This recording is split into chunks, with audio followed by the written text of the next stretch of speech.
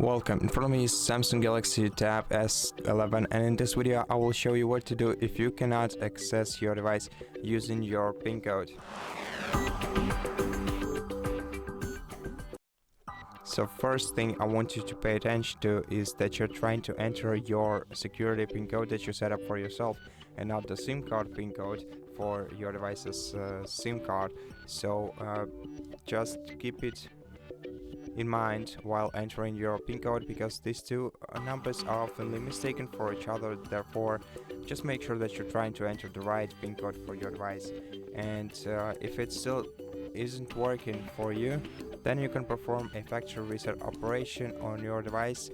You can do this both locally and remotely, but it's the second option that I would recommend. The first one would be contacting Samsung customer support service and telling them about your issue, and if you can prove the ownership of your tablet to them, for example by showing them a receipt from the store where you bought it, you'll be able to regain access to your account by going through some simple troubleshooting steps they will explain to you, and after that they will let you regain access to your device without removing any data from it. Therefore, I would recommend it as the first option, and as a second one, a factory reset operation, because after a factory reset operation is performed, your device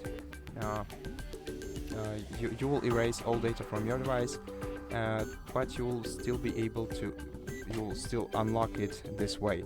So I consider it a legit option for unlocking your device. And in order to perform a factory reset operation, you can either use any other device and search for Find Hub service on Google using any other device of yours, then sign into your Google account that is linked with this tablet.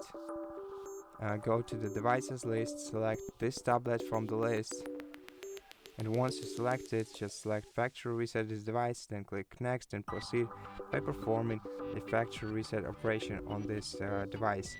Now, once the factory reset is performed, you can set this tablet up again as a new device.